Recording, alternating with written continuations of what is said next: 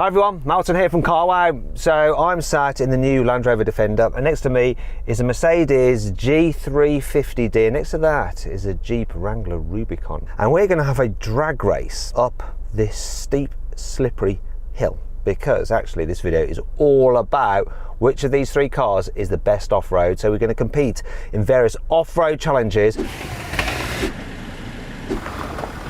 and award points for how well they do. If they win a challenge, they get 3 points.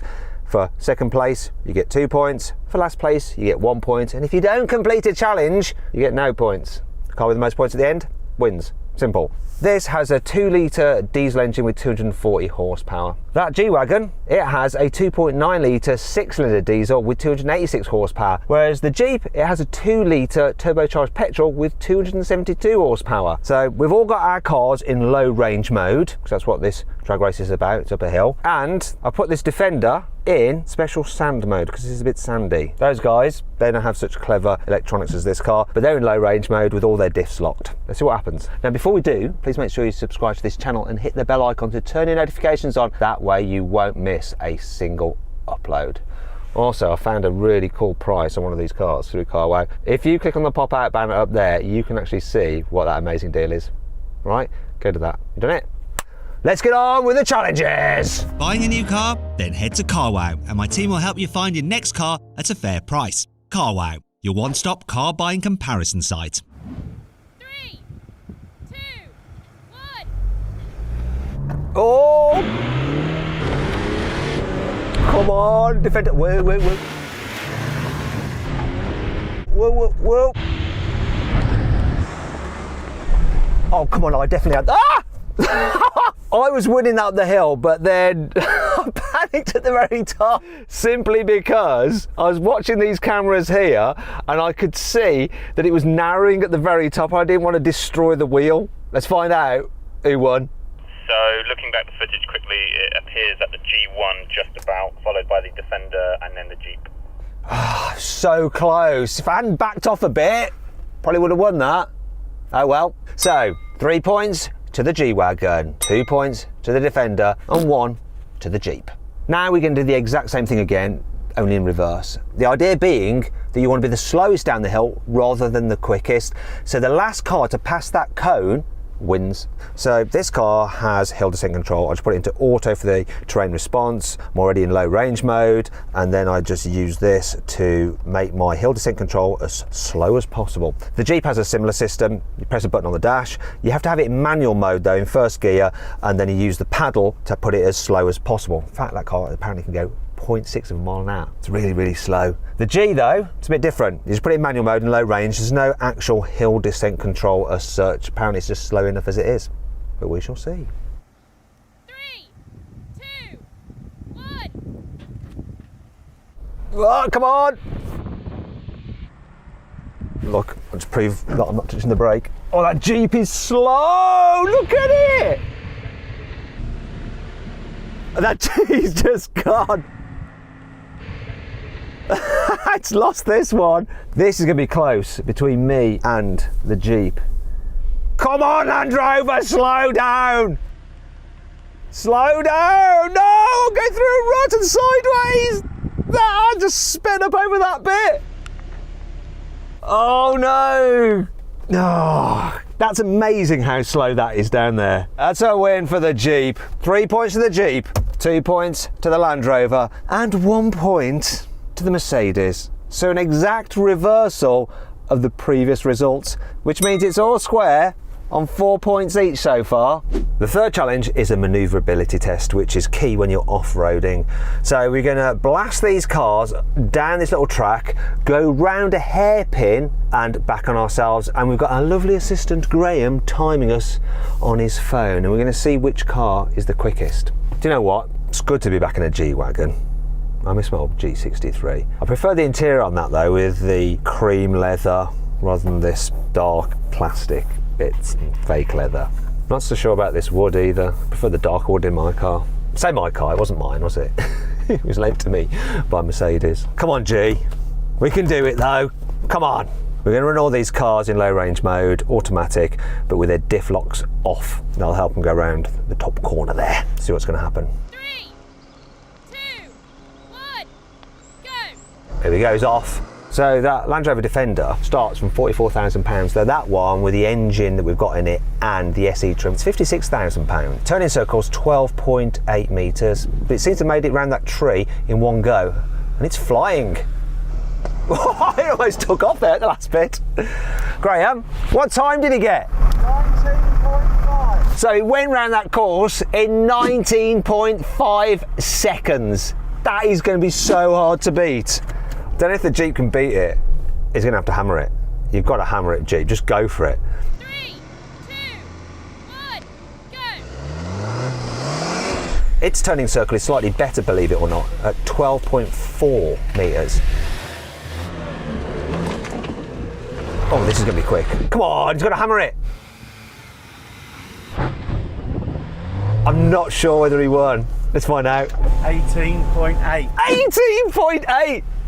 So the Jeep just beat him. I've got to absolutely hammer this, haven't I, to win. And this is an expensive car. It starts from £96,000. This one, with the extras on it, it's like £101,000, so I really don't want to damage it. But I don't want to lose either. Let's see what happens. 3, 2, 1, go! Oh, this is such an expensive car. The Jeep was only like 50 grand. This is there. And it's going to go round. Come on, go round. I can't hammer it through here because if I get it wrong. This is the thing with the Jeep when you're off-roading. I am just conscious about how much it costs. I was really worried about damaging it because it's just so expensive. Yes! No way! 18.08. Let's see it. Come on. Show the camera. 18.08. Oh my God. I was careful. Sometimes though, when you're racing, if you're just more steady, you go quicker. First place and 3 points to this Mercedes. Second place and 2 points to the Jeep. And last place and 1 point to the Land Rover. So then, after the third challenge, the scores are 7 for the Mercedes, 6 for the Jeep, and 5 for the Land Rover. Our fourth challenge is about scaling a steep yet slippery slope. So what we're faced with there is quite a gradient, but there's also some rocks in there which are really slippery. Now all these cars are fitted with off-road tyres, though the ones on the Jeep Rubicon are actually better on mud than slippery rocks such as that, so might work against it. What will help it though is the fact that it's the lightest car here, so it weighs 2 tons, whereas that Land Rover, it's 2.4 tons, and this big G is getting on for 2.5 tons. It does have the most torque though to help pull it up. It's got 600 newton meters. That Land Rover has got 430 newton meters, and the Jeep has 400 newton meters. We'll see how that plays out. All these cars are going to run in low range mode for their automatic gearboxes to help them at the slope. The Land Rover is just going to have its terrain response system in automatic, and the car will just use its electronics to figure stuff out. The Jeep and this car have all their diff locks on, but when you do that in them, you don't have any traction control, so that could prove problematic. We'll find out. Okay then, Land Rover, give it your best shot. Be steady at the beginning, then apply power.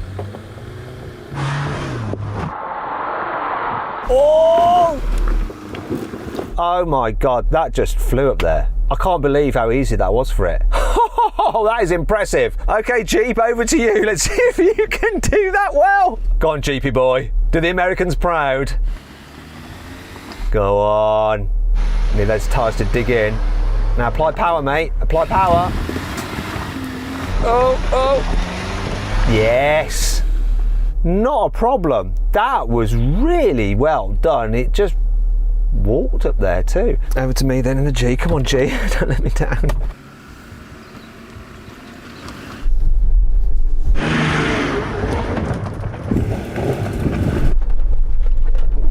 Bouncy, but easy peasy. Well, Graham, they all made it up there relatively easy, so it's going to go over to you to decide the order. Which did it the best, do you think, and why? I think the Merc did it the best. Defender second, Jeep third. Why did this do it the best? Less wheel spin. Despite not having any stability control on, those diffs did their job and just hooked up and just got constant drive. Wasn't it to do with the driver? It might have had something to do with the driver. It definitely did. There's a lot of electronics in the others. Yeah, exactly, you see. The Land Rover, though, was using its electronics. It Yeah. doesn't have a front and rear diff, does it? It just has a centre diff. But it still did better than the Jeep. Yeah. Why did it do better than the Jeep? I think the tyres were too wide on the Jeep. I think that there weren't so much tyre in contact with the ground. I think that's why the Jeep scrabbled a little bit. So there you go. It may look like it's got the most extreme tyres for off-roading, but they're not actually always the best in all off-road conditions. So then that means that the scores after round 4 are 10 for the Mercedes and 7 for both the Jeep and the Land Rover. Now we come to the 5th challenge, and this is all about wheel travel and approach, departure and breakover angles. So we're going to drive a course which will take us down a hill and onto a slope, and we'll see just how well the cars are at keeping all wheels on the ground. Then we'll drive over a hill and over another hill, then up another slope which will tip the cars on their side once again, and we'll see just how well over that they can keep their wheels as close to the ground as possible for maximum traction. Now I've got a little bit of an advantage being in the Jeep, which I've just moved into. I'm able to decouple my anti-roll bars, and that will mean that the car can actually release its wheels to travel as much as possible. Hopefully it'll help it keep them on the ground so I can keep moving forward. But let's find out. Let's get on with it. Come on Jeep, you can do it. Right then, let's go. So the Land Rover has fully independent suspension and air springs. Now, independent suspension isn't quite the best solution for off-roading, but it does manage it very well with its clever traction control system. The G-Wagon has independent front suspension, but a rigid axle at the back, which helps push a wheel down when the other's in the air. This has rigid axles front and back, so I'm expecting it to do rather well at this. Hopefully it can keep its wheels on the ground. Parking sensor's going a bit crazy. It's just easy, this. Now we're going over some hills. In terms of approach angle, the Land Rover's ahead. It has 38 degrees. The G, 31 degrees, and this 36 degrees. Breakover for the Land Rover is 28 degrees. It's 26 for the G, and a terrible 19 for this, so I hope it's going to be all right over here. Be all right, Jeep, come on. Yeah, it was, thank God. Departure angle, Land Rover wins again, 40 degrees compared to 30 for the G-Wagon and 31 for this. So the Land Rover wins on paper for all of those numbers. Can I get around here with the diffs on? Diffs are locked, it's not going to like this. Yeah, same as me. Turning circles, not so good on the G-Wagon. Right, back we go. Oh. Let's get up there. Up. Here we go. This breakover, oh, I'm not going to bottom out, thank God. Now, coming up this side slope, it's going to be interesting to see which cars can keep their wheels on the ground for as long as possible.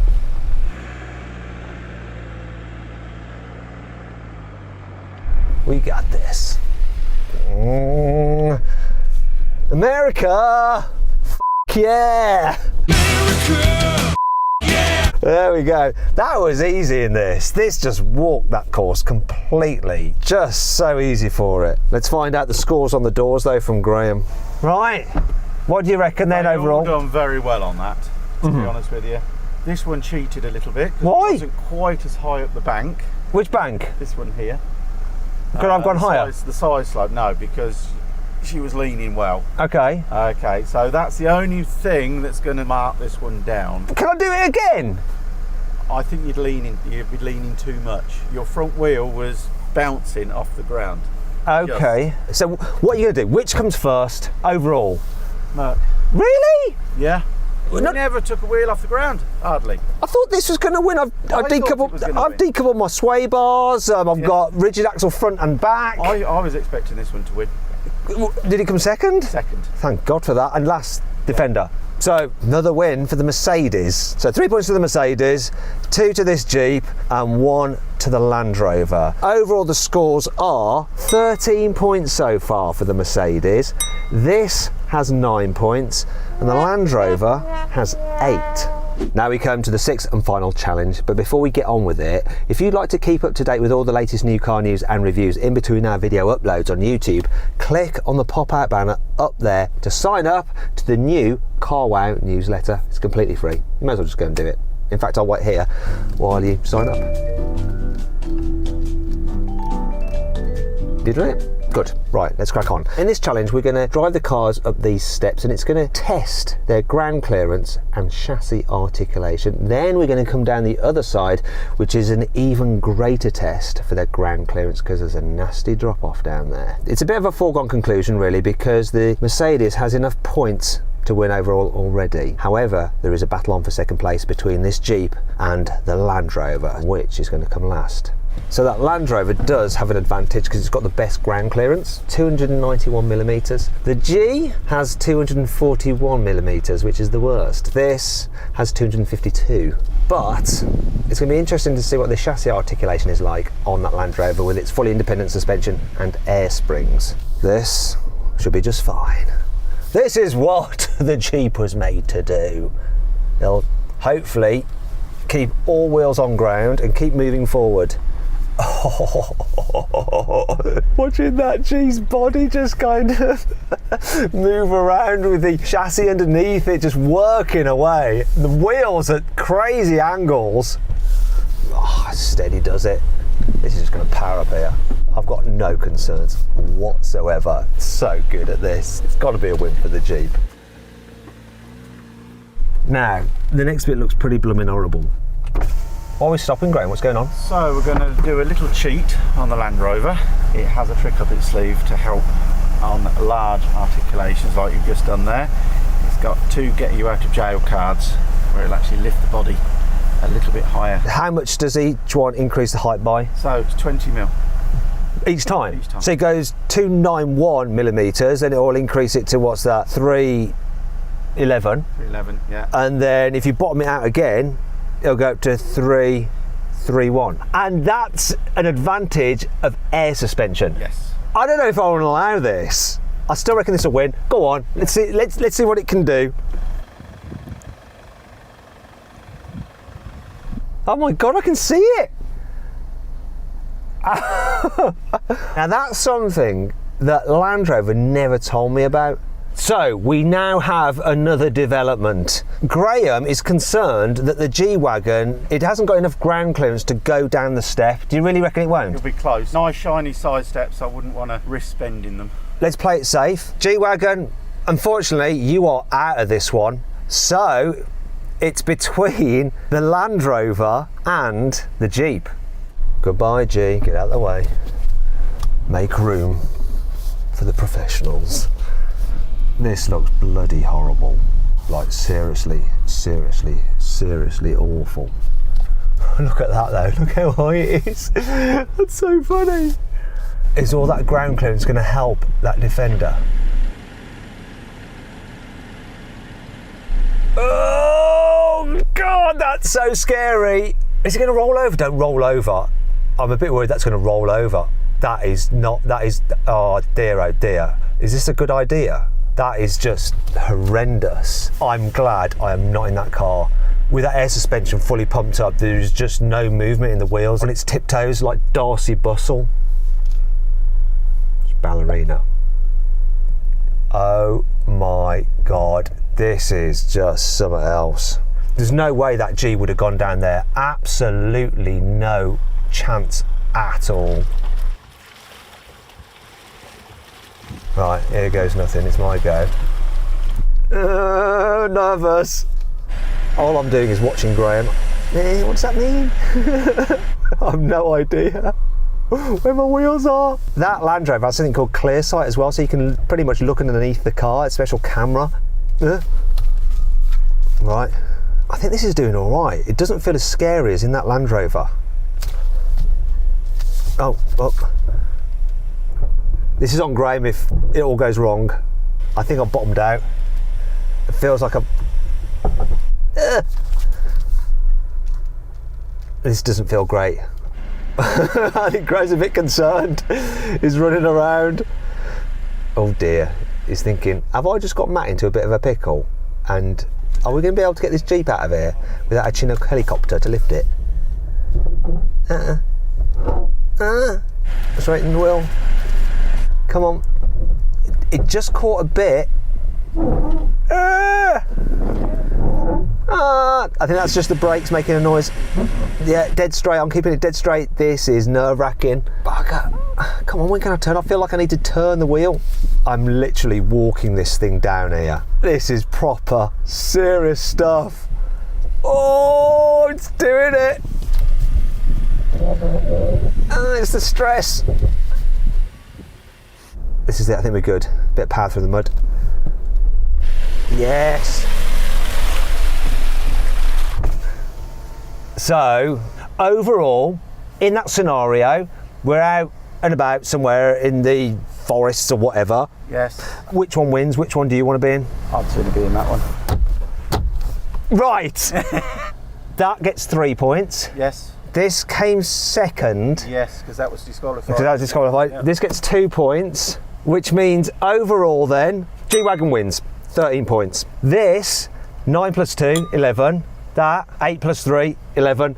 It's a win for the G-Wagon and then joint second place for the Defender and the Jeep. That was close. Out of them all, if I had to drive them back on the road, I'm going to take the Land Rover. It is the best to drive on road. And if you want to find out more about that, click on the pop-out banner up there to watch my full in-depth video review of that car. Now, if you enjoyed the video, please give it a like. Also, let me know in the comments below some other videos you'd like us to do.